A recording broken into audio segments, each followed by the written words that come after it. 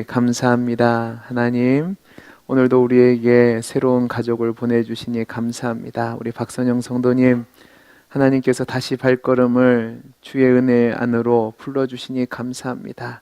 우리와 함께 신앙생활할 때 그 신앙생활이 복이 되게 하시고 하나님의 은혜 위에 은혜를 더하여 주셔서 정말로 주님 없이는 살아갈 수 없는 복된 인생이 되게 해 주옵소서. 우리 희철 형제 유나자매 또 한 몸을 이루고 또 부부가 되었습니다. 저들 가정에 복을 주셔서 하나님이 함께 하시는 가정, 하나님이 주신 복을 나누는 복된 가정이 될 수 있도록 은혜 베풀어 주옵소서. 우리 찬양대가 하나님 앞에 찬양을 올려드렸습니다. 하나님, 이 찬양을 받아주시고 정말로 주님의 사랑을 기억하며 살아갈 수 있는 은혜가 임하게 해 주옵소서. 말씀 가운데 함께하여 주시고 하나님, 그 말씀이 우리의 삶 속에 역사하여서 아름다운 열매가 나타나게 하시고 그 말씀에 힘을 얻게 해 주옵소서. 함께하여 주실 줄 믿고 감사하며 사랑 많으신 예수님 이름으로 기도하옵나이다. 아멘. 우리 다시 한번 옆에 있는 분과 인사하겠습니다. 반갑습니다. 반갑습니다. 우리가 흔히 사용하는 말 중에 터치라는 말이 있습니다. 이 터치라는 말은 그냥 번역하면 손으로 댄다, 건드린다 라는 정도로 번역할 수 있습니다. 이 단어는 그냥 사용되는 것이 아니라 실제 보면 굉장히 다양한 의미로 사용이 되죠. 예를 들면 우리가 회의를 할 때 이 단어를 사용해서 우리 이 문제는 간단하게 터치만 하자 그러면 그냥 간단하게 언급하거나 이야기를 하고 끝나는 정도에서 다루어지는 겁니다. 그런데 이 터치라는 단어가 손길이 되면 좀 의미가 달라집니다. 예를 들어서 감성을 터치하다라고 했을 때는 여기서 터치하다는 손길이라는 표현인데 뭐냐면 어느 누군가의 감정을 손길을 대서 어루만져서 그 사람에게 감명을 준다거나 그 사람에게 어떠한 특별한 일이 일어나거나 하게 했다라는 뜻을 가지고 있는 거죠.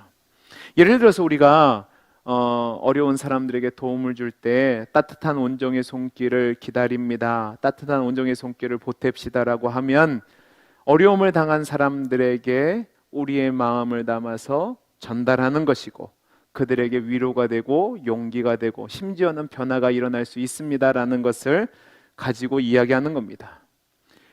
여러분, 요즘 유행하는 햄버거 체인점 중에 맘스터치가 있습니다. 이것을 번역하면 어떻게 되죠? 엄마의 손길입니다. 왜 이 회사는 엄마의 손길이라는 이름으로 그 사명을 정했을까? 그것은 음식을 만들 때 분명히 패스트푸드지만 엄마의 마음으로, 엄마가 자녀에게 음식을 주는 마음으로 그렇게 귀하게 정성스럽게 대접하겠다라는 의미로 그 회사 이름을 정했습니다. 이렇게 정한 데는 이유가 있죠.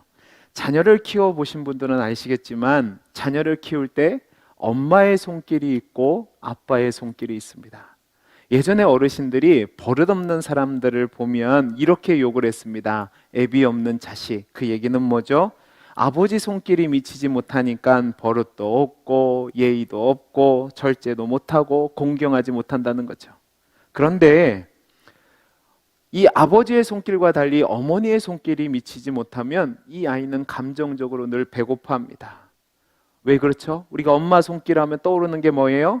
따뜻하고 포근하고 사랑이 넘치고 모든 것을 다 받아주고 인내하는 그런 마음이에요. 제가 실제적으로 이것을 우리 가정을 들여서 이야기를 해보겠습니다. 많은 분들이 저를 보고 제가 사랑이 참 많아 보인답니다. 웃지 마시고 긍정을 하셔야죠. 많은 분들이 그러세요. 그러면 제가 그렇지 끄덕일 때 저희 집에 있는 세 여자는 고개를 절레절레 합니다. 아니라는 거죠. 모른다는 거죠. 알지 못하니까 저렇게 얘기한다는 거예요. 그런데 여러분, 저희 집 아이들을 보고 사람들이 사랑을 많이 받아서 엄마도 사랑이 많고 아빠도 사랑이 많아서 감정적으로 밝은 편이라고 이야기하시는데 실제로 보면 제 영향은 거의 없고 사모의 영향이 큽니다. 솔직히 말씀드리면 제가 이게 비난받아 마땅한데 요즘 엄마들한테 제가 우리 아이들을 클 때 같이 있지를 못했어요. 사역이 바쁘다는 의미로 맨날 새벽에 나가서 밤늦게 들어왔습니다. 그리고 우리 아이들이 클 때 제가 귀저귀도 거의 갈아주지를 않았습니다. 좀 더 솔직하게 말하면 딱 한 번만 갈아줬습니다. 한 번이라고 기억할 정도면 얼마나 안 했는지 아시겠죠? 물론 이유는 있습니다. 아이들이 여자아이다 보니까 제가 좀 그렇고 또 제가 비위가 약해서 어쩔 줄 몰라 해요. 그런데 여러분 왜 웃으세요? 근데 엄마가 아이를 키우다 보면 남자아이가 됐든 여자가 됐든 비유가 약하든 강하든 아기를 외면하지 않아요. 아이가 아프면 같이 아프고 아이가 힘들면 같이 힘들어하고 아이가 학교 생활하다가 괴로우면 같이 괴로워해요. 아이들의 마음을 살피고 위로하고 격려하는 그 엄마 때문에 아이들이 잘 크죠. 엄마의 손길 때문에 그렇게 자란다는 말입니다. 제가 설교 초대에 이 얘기를 하는 것은 잃어버린 점수를 만회해 보려고 하는 겁니다. 가정에서요. 제가 인정한다는 거죠. 근데 여러분, 조금 더 나아가서요. 이것을 실제 우리 삶에 적용해 보면 누군가 한 사람의 그 사랑과 이해와 인정의 손길이 그 손길을 받는 사람들을 변화시키고 또 새롭게 하고 용기를 주는 그것을 우리는 너무나도 잘 알고 있습니다.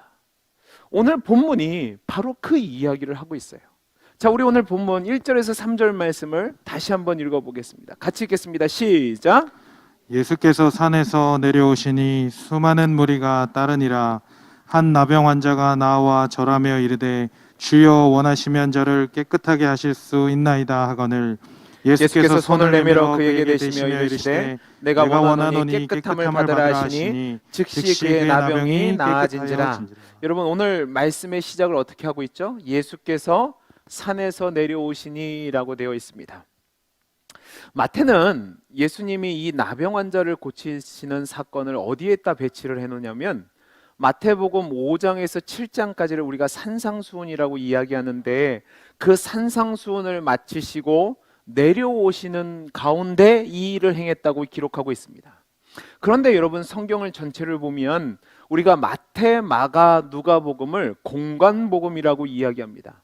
이 나병을 고치신 사건은 공관복음에 공이 다 기록되어 있는데 누가복음을 보면 조금 다르게 이야기를 하고 있습니다. 우리 누가복음 5장 12절에서 15절 말씀을 같이 한번 읽어보죠. 같이 읽겠습니다. 시작.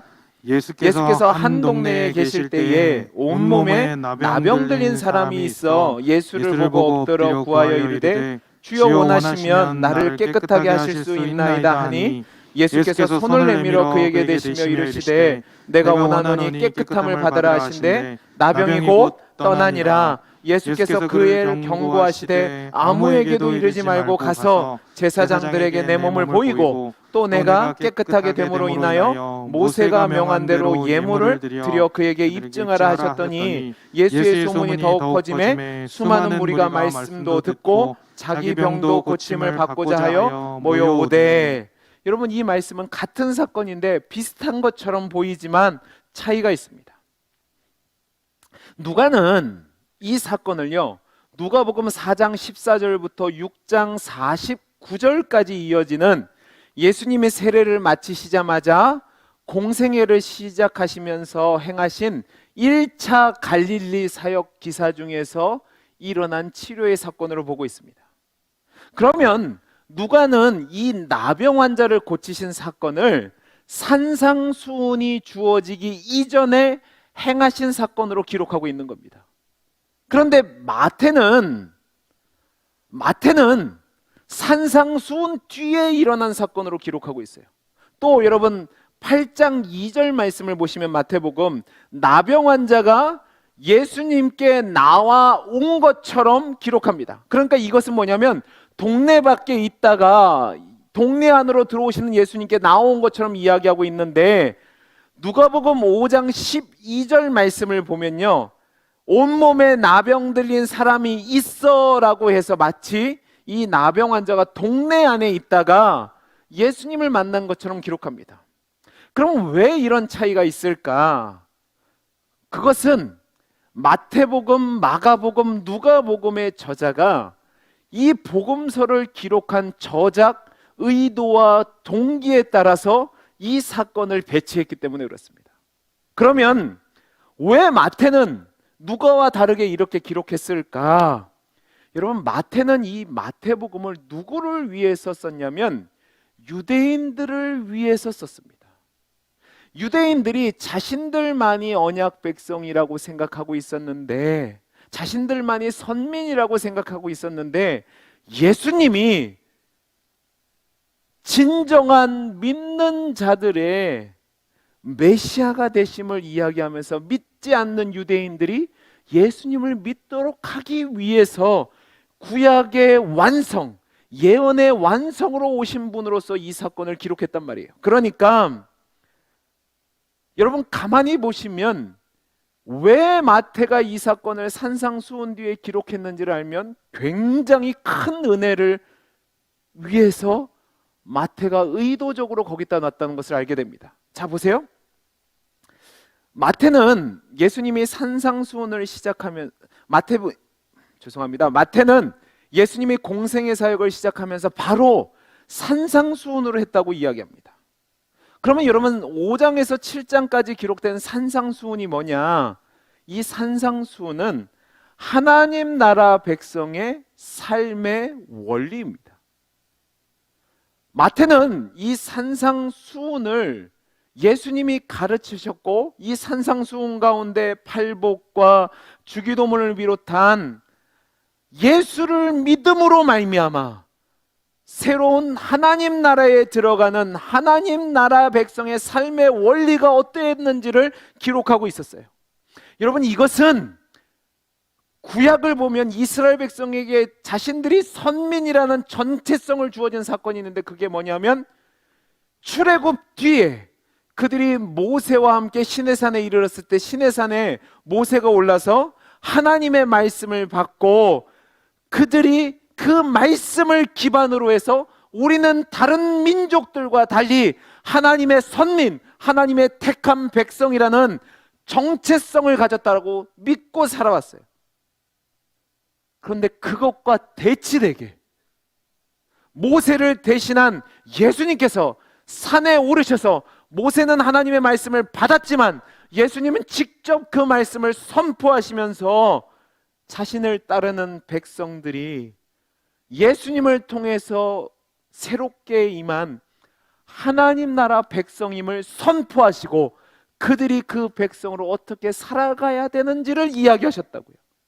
그리고 나서 마태는 8장에서 9장까지 예수님이 산에서 내려오신 후에 10가지 기적을 행하신 것을 기록하고 있는데, 가장 첫 번째 기록이 이 나병 환자를 고치신 사건을 기록했어요.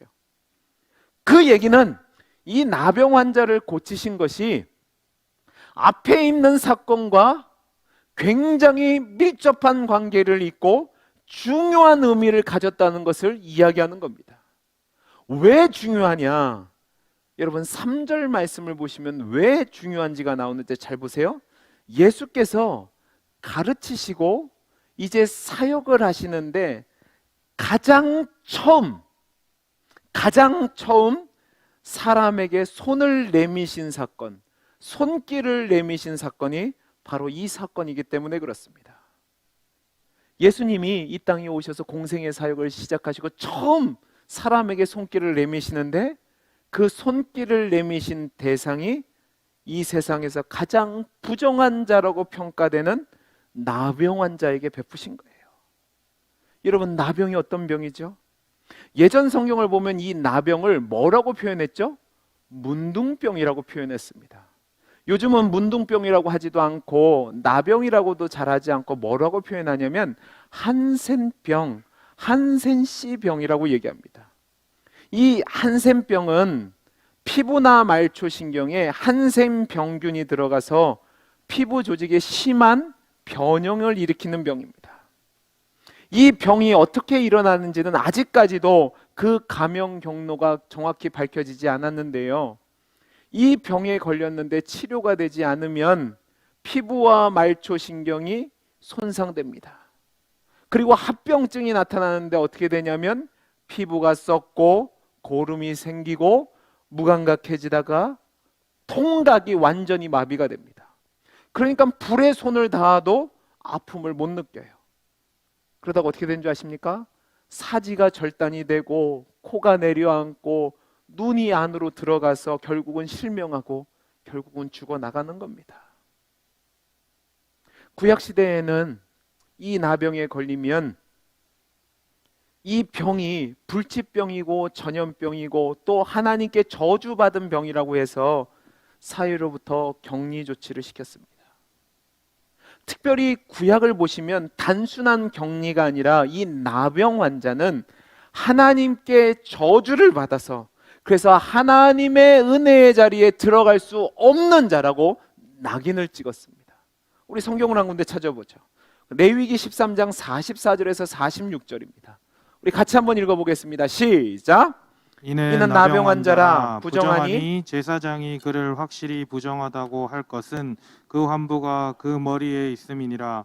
나병 환자는 옷을 찢고 머리를 풀며 윗술문을 가리고 외치기를 부정하다 할 것이요 병 있는 날 동안은 늘 부정할 것이라. 그가 부정한즉 혼자 살되 진영 밖에서 살지니라. 여러분, 레위기 13장은 나병에는 어떤 증세가 있고 어떻게 판명이 되고 나병은 어떻게 완치되는지 나병에 대한 규례가 기록되어 있습니다. 그런데 44절에서 46절은 나병 환자가 어떤 존재인지에 대해서 정체성을 이야기하는데, 여러분, 나병 환자는요, 제사장에게 나병이라는 것을 판명받으면요 부정한 자라는 선포를 받습니다.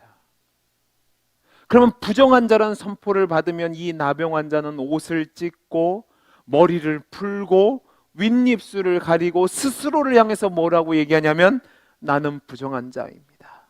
나는 부정한 자입니다라고 외쳐야 됐고, 병이 있는 동안은 그 선민 공동체 진영 밖으로 나가서 혼자 살아야만 됐습니다. 여러분, 생각해 보세요. 스스로를 향해서 나는 부정한 자다, 나는 하나님께 저주받은 자다, 그래서 하나님 앞에 나아갈 수 없는 자라고 외쳐야 됐다고요. 상황이 이러다 보니까 나병 환자로 판명이 난 사람은 살아도 사는 것이 아니 죽음보다 더 고통스러운 삶을 살아야 됐습니다. 사랑하는 가족에게서, 사랑하는 친구에게서 떠나야만 됐습니다. 그리고 서서히 병이 진행되는 수십 년 동안 자신의 온 사지의 감각이 마비되어지며 썩어져 나가며 결국은 죽어가는 과정을 경험하야만 됐습니다. 사회적으로 보면요, 이 사람을 본 사람들은요 돌을 던지려고 해도 아무런 저항을 할 수 없었습니다. 차별과 냉대 속에서 경제적으로는 궁핍해야 됐고 몸은 무너지고 마음은 상한 채로 살아가야 됐다는 말입니다.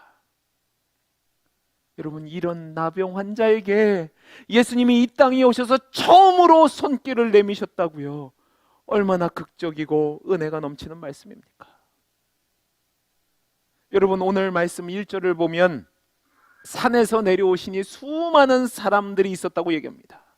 그런데 여러분, 2절 말씀을 보시면 한 나병 환자가 나와요 절하며 라고 되어 있습니다. 여러분, 이 말씀은 그냥 별 볼 일 없이 짧은 구절이 이어지는 것 같지만 그냥 넘어갈 수 없는 내용이에요. 왠지 보세요.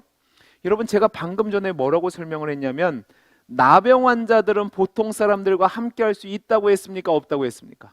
없다고 했어요. 그런데 함께 할 수 없어서 밖에 살아야 되는 사람이 지금 예수님 앞에 나왔단 말이에요. 이거는 뭔가 의미가 있는 거예요. 나병 환자는 멀리서 사람이 오면 나는 나병 환자입니다 라고 이야기할 뿐만 나는 부정한 자입니다, 그러니까 내 옆에 오지 말라고 했어요. 그래서 예수님 당시에 나병 환자들은 사람들이 없는 갈릴리와 수리아 지방의 광야에서 무리지어서 살았어요. 감히 혼자 사람들이 있는 곳에 못 들어갔다는 말이에요. 그런데 이 나병 환자가 수많은 무리들과 함께 있는 예수님께 나왔다는 얘기는, 만약에 이 사람이 나병 환자라면 사람들이 어떻게 했을 것 같으십니까? 쫓아내거나 돌을 던져 죽이거나 했을 거예요. 그런데 이상하게도 아무런 제지가 없이 예수님 앞에 있어요. 어떻게 이게 가능했을까? 그것은요, 이 나병 환자가 자신의 온 몸을 수건이나 옷으로 완전히 보이지 않게 철저히 가렸기 때문에 그렇습니다. 여러분, 지금도 여러분 이슬람에 대해서 방송을 보면 이슬람 여인들이 눈만, 아니 심지어 좀 극단적인 이슬람이 통치하는 아프가니스탄 같은 경우를 보면 눈까지도 가립니다. 베일로. 그러면 그 사람이 안에 어떤 모습인지 알아요, 몰라요? 몰라요. 그렇게 나왔을 거예요. 그리고 이것을 유추할 수 있는 게 뭐냐면 4절 말씀 때문에 그래요. 우리 4절 말씀을 같이 한번 읽어보죠. 시작. 예수께서 이르시되 삼가 아무에게도 이르지 말고 다만 가서 제사장에게 내 몸을 보이고 모세가 명한 예물을 드려 그들에게 입증하라 하시니라. 여러분, 여기서 예수님이 나병 환자에게 삼가 아무에게도 이르지 말고라고 되어 있습니다. 이 말씀은 뭐를 전제로 하냐면 주변에 있는 모든 사람들이 이 사실을 안다라는 거예요, 모른다는 거예요? 모른다는 거예요. 예수님이 지금 이 문둥병자에게 이렇게 얘기해요. 이 사건은 너와 나만 아는 거야. 나병 환자가 이렇게 모든 사람을 속이고 예수님께 나왔어요. 근데 여러분, 이제 문제가 생겼어요. 예수님께 나오기는 했는데 예수님이 이 사람이 나병 환자인 걸 알았을까요? 몰랐을까요? 아셨죠? 예수님은 모든 것을 아시는 하나님이세요. 아마 이 나병 환자가 사람들을 뚫고 오는 순간 이 사람이 나병 환자라는 것을 아셨을 거예요. 여기에 은혜가 있는 거예요. 주님은 이 나병 환자가 죽음을 각오하고 자신께 나와 절하고 찾는 것을 아시고 외면치 않으셨어요. 만약에 이때 당시에 이 나병 환자가 바리새인과 대제사장에게 찾아갔다면 어떤 일이 벌어졌을 것 같으십니까? 아마 부정한 자가 어디 감히 나왔냐고 화를 내고 쫓아내고 엄포를 하고 심지어 오히려 자기들이 돌을 들어서 이 사람에게 던졌을 수도 있습니다. 근데 예수님은 화를 내지도 않으시고 엄포를 쏟아내지도 않으시고 쫓아내지도 않으시고 이렇게 얘기해요. 너만 나만 하는 거야.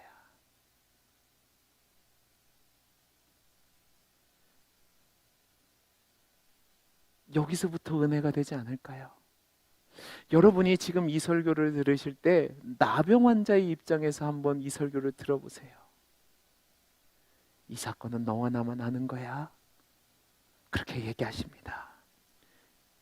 이 사건 뒤에 나병 환자가 예수님께 조심스럽게 얘기합니다. 2절 말씀이에요. 뭐라고 됐는지 보시기 바랍니다. 주여 원하시면 저를 깨끗하게 하실 수 있나이다. 여러분, 이 짧은 나병 환자의 고백은 그냥 지나칠 수 없는 믿음의 고백입니다. 온몸에 나병이 가득 차서 부정한 자로 낙인 찍혀서 살아온 인생입니다. 그가 수많은 사람들을 뚫고 예수님께 나온 것만으로도 대단한 믿음입니다. 여럿이 나온 게 아니라 혼자 나왔다니까요. 그런데 거기에 더해서 뭐라고 얘기해요? 주님 원하시면 저를 깨끗하게 하실 수 있습니다. 이 말은 뭐라고 얘기하는 건지 아세요? 주님께 내 모든 운명이 달려 있습니다. 그런 주님의 능력은 한이 없습니다. 다른 사람이 다 부정하다고 해도, 천벌을 받아서 하나님께 저주를 받았다고 해도, 고칠 수 없다고 해도 주님은 능력의 주님이니까 주님은 고쳐주실 수 있습니다. 그 얘기를 하는 거예요. 여기서 기적이 일어나는데 어떤 기적이 일어나죠? 주님이 말로 대답하시는 것이 아니라 제가 아까 얘기했던 것처럼 친히 손을 내밀어 그에게 얹고 말을 하십니다. 여러분, 이 주님의 손길이 닿았을 때 이 사람의 마음이 어땠을 것 같으십니까? 제가 얘기했죠. 나병 환자는 천형을 받았다고요. 저주받은 자라고 낙인이 찍혔다고요. 모든 사람들에게 버림을 받았다고요. 그런 자신에게 예수님이 손을 대세요. 아마 이 사람이 처음에는 그랬을 거예요. 예수님 왜 그러시지? 내가 나병 환자인지를 몰라서 그런가? 주님 그러시면 안 되죠. 저는 나병 환자에 나에게 손 닿으면 주님도 부정해져요 라고 마음으로 외쳤을 거예요. 그런데 주님은 아랑곳하지 않고 그에게 손을 얹습니다. 여기서 우리 예수님이 참 하나님 되심을 발견할 수 있어요. 여러분, 사람은 누구나 다 연약하고 모자랍니다. 스스로를 정결하게 할 수 없어요. 근데 우리 예수님은 비록 사람으로서 공생의 사역을 하셨지만 참 하나님이시기에 인간의 부정함이 전염이 되지 않는 겁니다. 우리 예수님의 손길은 완전하고 거룩한 하나님의 손길이기에 그 어떠한 것 부정한 것이 닿는다 할지라도 부정하게 되거나 파괴되어지는 것이 아니라 오히려 부정한 것을 정결하게, 파괴된 것을 회복시키는 능력이 있어요. 어떤 죄악도 어떤 부정도 우리 주님을 더럽게 못하시는 거죠. 그뿐만 아니라 우리 주님의 손길이 진정한 하나님의 손길인 것은 하나님의 능력이 있는 손길이기 때문에 그렇습니다. 여러분, 가만히 생각해 보세요. 나병 환자는 고침을 받지 못하는 천형이라고 생각했어요. 그런데 예수님의 손길이 닿았을 때 여러분, 이 나병 환자의 몸이 어땠을 것 같으십니까? 아마 나병 환자는 알았을 겁니다. 몸이 어떻게 돼요? 회복되어져요. 감각이 없던 곳에서 감각이 생깁니다. 그리고 무너졌던 코가 세워지고 허물어졌던 눈이 회복되어지고 손과 발이 다시 만들어지기 시작합니다. 거기서 더한 것이 아니라 이 사람의 마음이 어땠을 것 같으세요? 하나님께 버림받았다. 사람들에게 버림받았다. 나는 살아도 사는 게 아니라 그 상처받고 문드러진 그 마음이, 그 상처가 눈 녹듯하게 깨끗하게 사라지지 않았을까요? 육신도 고침받고 마음도 고침받고 심령도 고침받았죠. 어떻게 이게 가능해요? 바로 그를 만지신 주님의 손길이 하나님의 능력의 손길이기 때문에 그렇습니다. 우리 주님의 손길은 치료의 손길이고 회복의 손길이니까 그 손길이라니까 놀라운 회복이 일어난 겁니다. 여러분, 이것을 가만히 생각해 보시면 얼마나 큰 위로가 되는지 모릅니다. 여러분, 이 주님의 손길은 창세 때 하나님과 함께 하셨던 손길입니다. 여러분, 우리 하나님이 이 세상을 창조하실 때 동물들과 사람을 친히 손길을 들어서 만드셨는데 그 만든 동물과 사람이 보시기에 어땠죠? 심히 좋았어요.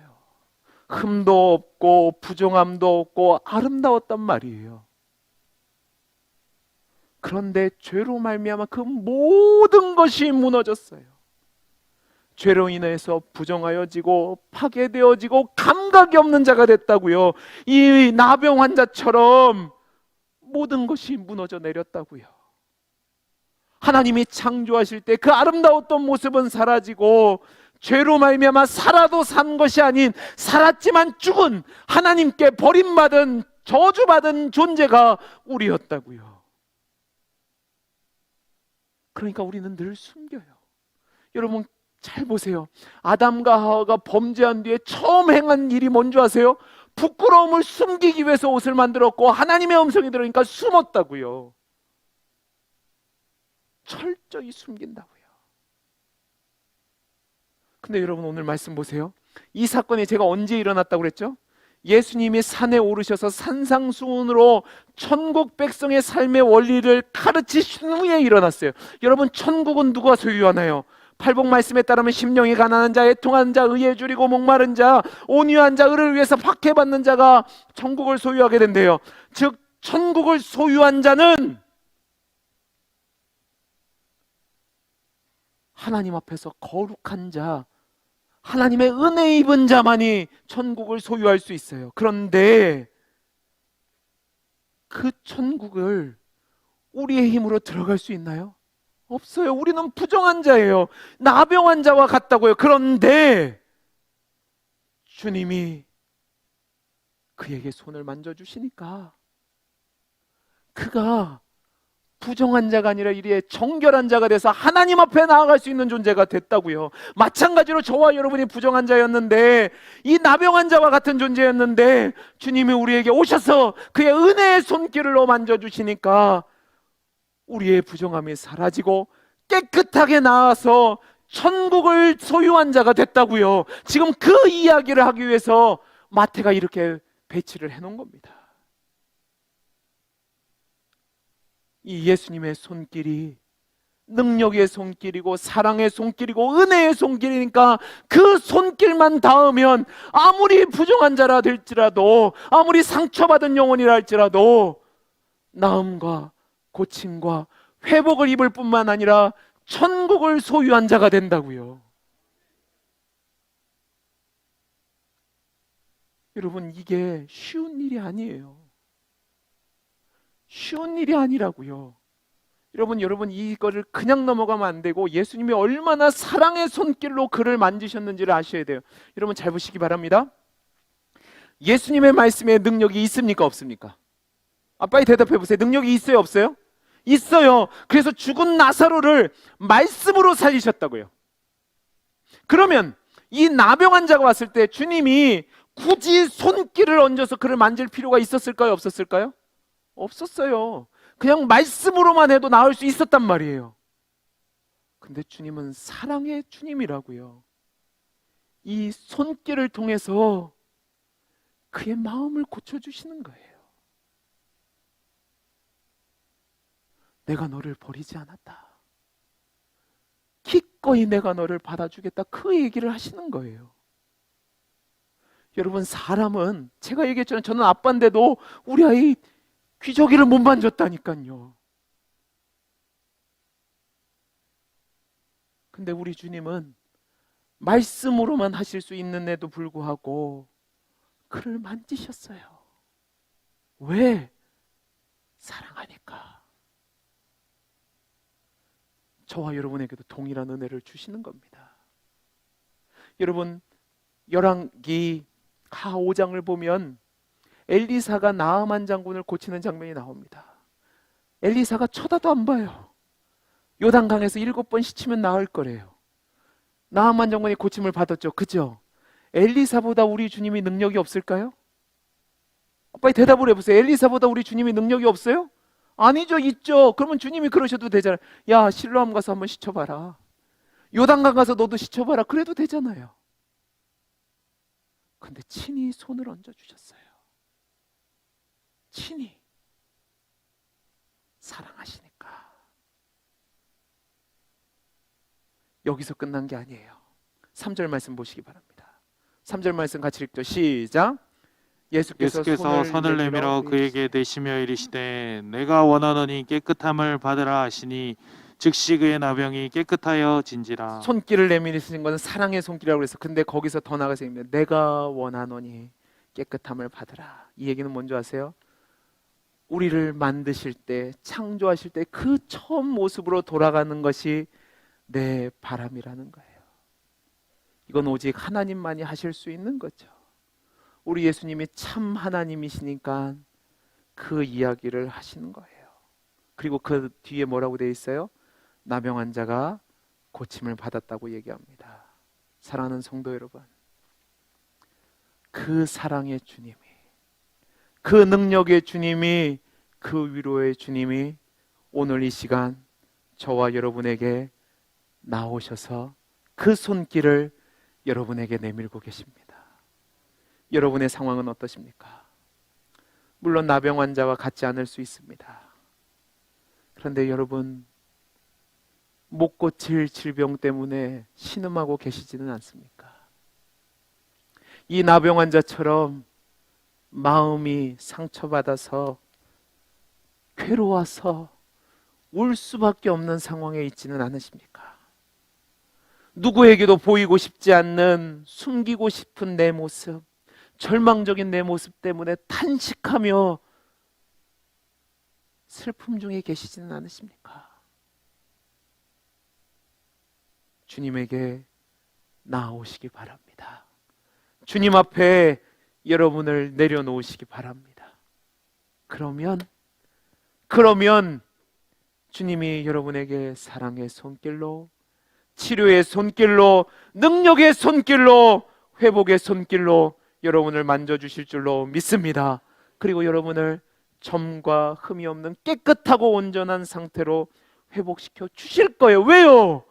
주님이 원하시는 게 그거거든요. 아무리 상처나고 아무리 더더벗고 아무리 부정한 모습이 있다 할지라도 주님은 우리를 외면치 않으시고 우리에게 손을 내밀어 주십니다. 슬프세요? 괴로우세요? 아프세요? 혼자라고 여겨지세요? 아니요. 주님 앞에 나오면 주님이 여러분을 외면치 않으시고 그 사랑의 손길로 여러분을 만져 주실 겁니다. 주님은 여러분이 회복되기를 원하십니다.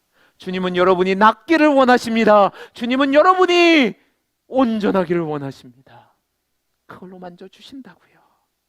그런데 어떻게 해요? 여러분 개개인에게 이 사건은 너와 나만 하는 거야. 이 모든 은혜가 저와 여러분에게 있기를 간절히 소원합니다. 주님께 나아가십시오. 여러분의 아픈 마음을 내려놓으십시오. 주님은 여러분에게 손길을 베푸셔서 이건 너와 나만 하는 거야. 이건 너와 나만 하는 거야. 내가 너를 고쳐줄게. 내가 너를 회복시켜줄게. 내가 너를 깨끗하게 해줄게. 그 은혜를 주실 겁니다. 그 은혜를 누리는 저와 여러분이 되기를 간절히 소원합니다. 기도하겠습니다. 사랑이 많으신 하나님 아버지, 그 사랑의 손길을 의지해서 나왔습니다. 그 능력의 손길을 의지해서 나왔습니다. 그 자비의 손길을 의지해서 나왔습니다. 우리를 어루만지시고 고치시고 회복시켜 주옵소서. 은혜 주심을 감사하며 사랑 많으신 예수님 이름으로 기도하옵나이다. 아멘. 우리 찬송가 406장 1절 2절을 부르시면서 준비하신 예물을 하나님께 드리겠습니다.